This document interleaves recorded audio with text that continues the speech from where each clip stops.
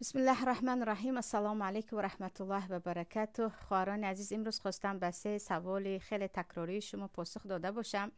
یکم درباره خسر را پدر گفتن یا پدر و مادر شوهر را پدر گفتن. در اسلام کسی نسب خود را قبول ندارد و پدر خود را قبول نکرده مرد بیگانه را این پدر من است میگوید، از روی غضبی که به پدرش دارد یا بدبینی که دارد، که در ما زیادی ها وقتی پدر ترک میکند فرزندهایش رو در خردی، دیگر بعد از کلان شدن هم اون فرزندها اصلا اون پدر رو قبول ندارند و میگویند این به ما هیچ کاری نکرده است، ما قبولش نداریم. انا این گونه از پدری خود کاملا دست کشیدن یا نسب خود را رد کردن در اسلام حرام است. در اسلام گناهی کبیره است و حتی پیامبر صلی الله علیه و سلم کفر گفتگی هستند که البته کفری که انسان رو از دین خارج میکنه نه و کفرون دون الکفر، یعنی از گناههای کبیره است. پیامبر صلی الله علیه و سلم در حدیثی که در بخاری مسلم است میگویند من ادعا لغیر ابیه و هو یعلم فقط کفر. هر کسی که پدری خود را مانده پدر دیگری را پدر میگوید، یعنی او را کلا مثل پدری خود قبول دارد و از نسب خود دست میکشد، در حقیقت او کافر شده است. و در قرآن کریم هم الله میگوید ادعوهم لآبائهم هو اقسط عند الله. هر یک فرزند را با نام پدرش صدا زنید، مثلا نام پدر خودش کتی، یعنی او پدر او را مانده این پسری فلانی نگوید. همین گونه از نسب دست کشیدن، اصل خود را قبول نداشتن گناه هست، گناهی کبیره هم هست. اما در ما خصوصا رو از جهت احترام پدر میگویند، از جهت احترام. حتی در بعضی کشورها، در همین کشورهای فارس زبان همسایه هم از روی احترام هر یک کلانسار رو پدر میگویند، پدر جان، پدر میگویند. در این وقت انسان گناهکار نمی شود، برای اون که هر عروسی که پدر شوهر رو پدر میگوید او از پدر خود دست کشیدگی نیست، او فقط به خاطر احترام، به خاطر اینکه مناسبتش با اهل بیت شوهرش قوی تر شود پدر میگوید که انشاءالله این یگان گناه ندارد. و پدر گفتن خصوص به خاطر احترام باشد که همچون احترام یک کلانسال یا اهل بیت شوهر با که ندارد، که در اکثریت کشورهای مسلمانشین پدر و مادر شوهر را هر دو طرف هم عروس هم داماد پدر و مادر میگویند. مادر هم همین گونه است، مادر از مادر خود کلا دست کشیدن عاق مادر است. اما از روی احترام یک مادری یک پیرزن را یا گفته مادر شوهر را از روی احترام مادر گفتید، به این انشاءالله گناهکار نمیشوید. سوال دوم درباره روزه گرفتن به اجازه شوهر است. اولا روزه تقسیم می شود به روزه های نافله و روزه های فرضی. روزه فرضی که شما قضا دارید، یا اینکه روزه رمضان که برای هر یک مسلمان فرض است، یا اینکه روزه هایی که شما نذر کردید که مثلا فلان عملم انجام شد من یک روز دو روز روزه می دارم، این روزه هایی است که برای انسان فرض است. و در مسئله های فرضی احد الناس، یگان انسان حق ندارد بگوید این رو نکن. برای همین خواهرانی که قضای روزه میگیرند، روزه رمضان میگیرند یا روزه های نظری میگیرند، آنها میتوانند به اجازه شوهر روزه گیرند. اما روزه که به خاطر ماه شعبان است که انشالله درباره‌اش صحبت میکنیم که چقدر زیاد روزه گیری در این ماه ثواب دارد، یا روزه های پنجشنبه، دوشنبه، روزه های سنت، یا روزه 6 روزه شوال، یا عموما روزه هایی که فقط ثواب دارد و فرض نیست، به اجازه شوهر گرفتنش ممکن نیست. چون در ما در این باره هم حدیث در صحیحین است و در دیگر کتاب های سنن است که پیامبر صلی الله علیه و سلم میگن لا تصوم المرأة و بعلها شاهد الا باذنه. روزه نگیرد زن وقتی که شوهرش در نزدش هست مگر با اجازتش. وقتی شوهر در خانه هست از او باید اجازه گیری که من روزه گیرم یا نگیرم. اما اگر در سفر هست، خانه شما یعنی با هم زندگی ندارد، به اجازه او نافله گرفته می شود. اما وقتی در خانه همراهتان هست، روزه نافله رو اول از او باید اذن گرفت که در این باره حدیث صریح آمده است. و سوال سوم درباره قیع کودک است که زیاد مادرها میپرسند که کودک من زیاد قیع میکند.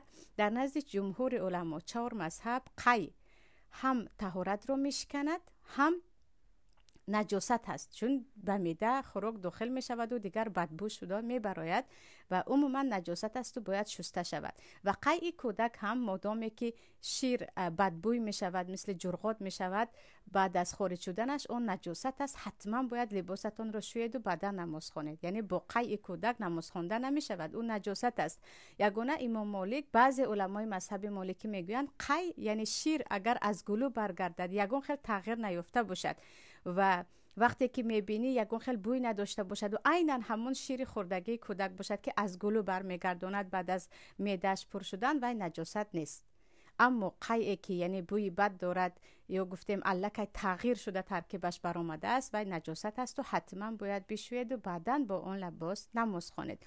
سوال دیگری دائمی قرآن را با زبان تاجیکی خواندن است. خواهران زیاده که میپرسند که آیا ما که عربی خواندن میتوانیم قرآن را میتوانیم با تاجیکی ختم کنیم؟ یعنی قرآن عربی را با حرفهای کریلی وقتی نوشته شده است با حرفهای تاجیکی آن را خوانده می شود یا نه؟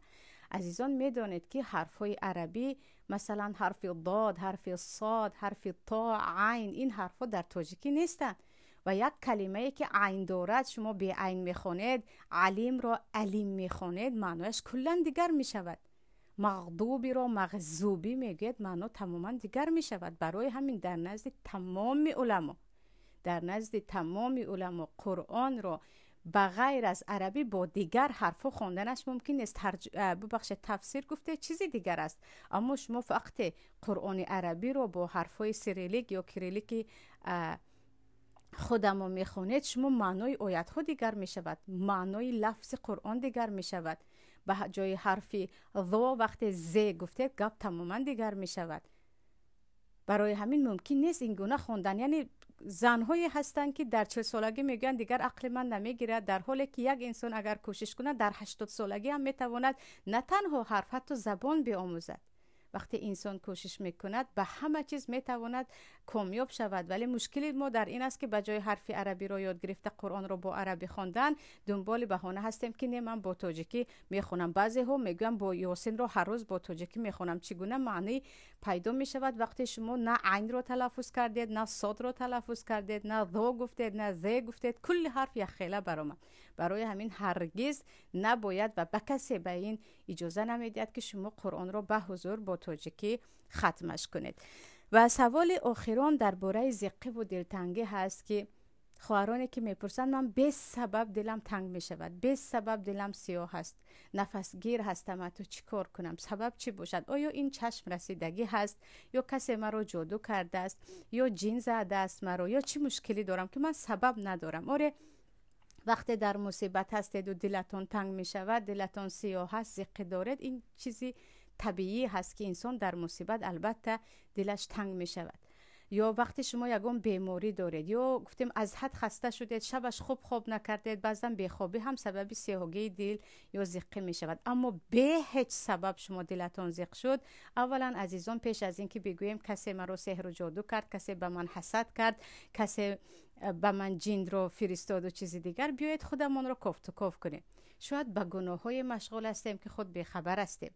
و من اعرض عن ذکری فإن له معیشة ضنکا، آیت قرآن کریم است که وقتی شما از ذکر من، از راه الله روی گردانیدید، از قرآن و سنت، عموما از اطاعت پروردگار، برای شما زندگی تنگ و تاریک نصیب می شود. زندگی تنگ و تاریک یکم از قلب شروع می شود که قلب دیگر حیات انسان است. وقتی قلب شما تاریک است، زندگیتان هم تاریک است. گناه سبب می شود که دل سیاه باشد، چگونه که عبدالله ابن عباس می گویند گناه سببی حتی سیاگی چهره و سیاگی قلب می شود. انسان های گناهگار را تعریفهم بسیماهم، از چهرهشون شناخته می شود، و انسان های اهل ثواب را هم از چهره هاشون شناخته می شود. یعرف المجرمون بسیماهم فیؤخذوا بالنواصی والاقدام، میگوید در سوره رحمان در روز قیامت هم مجرمان را، یعنی انسان های گناهگار را، از چهره هایشان حتی شناخته می شود. یعنی مقصد از این که کسی میگوید دل من خیلی سیاه هست، باید اول پیدا کند که سبب در چی است. شاید زیاد موسیقی گوش میکنی، شاید زیاد به گپ‌های پوچ و بی‌معنی مشغول هستی، شاید در دل کینه نسبت دیگری داری، شاید به نمازهایت بی اهمیتی، شاید به چیزهای مشغولی که نباید مشغول شوی. یعنی اولا باید کفت و کاف کنیم که من به کدام گناه مشغول هستم که در قلبم روشنی ندارم یا آرامش ندارم. الا بذکر الله تطمئن القلوب، و با ذکر الله، با صلوات و با زیاد قرآن خواندن و علل خصوص با کار خیر مشغول شدن، قلب آدم آرام می شود. وقتی قلبتون آرام شد، جسم شما کلا آرام می شود. اما اینکه گفتید نه من ذکرم در جایش، نمازم در جایش، قرآنم در جایش، باز در این وقت من قلبم سیاه هست، در اینجا شاید یگان بیماری طبیبی دارید، شاید در دلتون یگان بیماری دارید که باید بروید نزد طبیب قلب و این را در خود پیدا نکنید. وگرنه آدم هایی که مثلا میگن به من حسد شد یا مرا کسی سحر و جادو کرد، کسی که ذکرش در جایش هست و قرآنش در وقتش هست و نمازش در وقتش هست و او چیز ضرر نمی رساند که این وعده پیامبر صلی الله علیه و سلم است. این بود جواب 5 سوال زیاد تکراری شما عزیزان. باز در صحبت‌های دیگر در باره سوال‌های تکراری دیگر همراه شما خواهم بود و این ماه که ماه شعبان است، ان شاء الله شاید پگاه یا پس فردا درباره فضیلت این ماه و چگونه این ماه را سپری کنیم همراه شما یک صحبت دیگری خواهم داشت. در پناه الله یگانه باشید. السلام علیکم و رحمت الله و برکاته.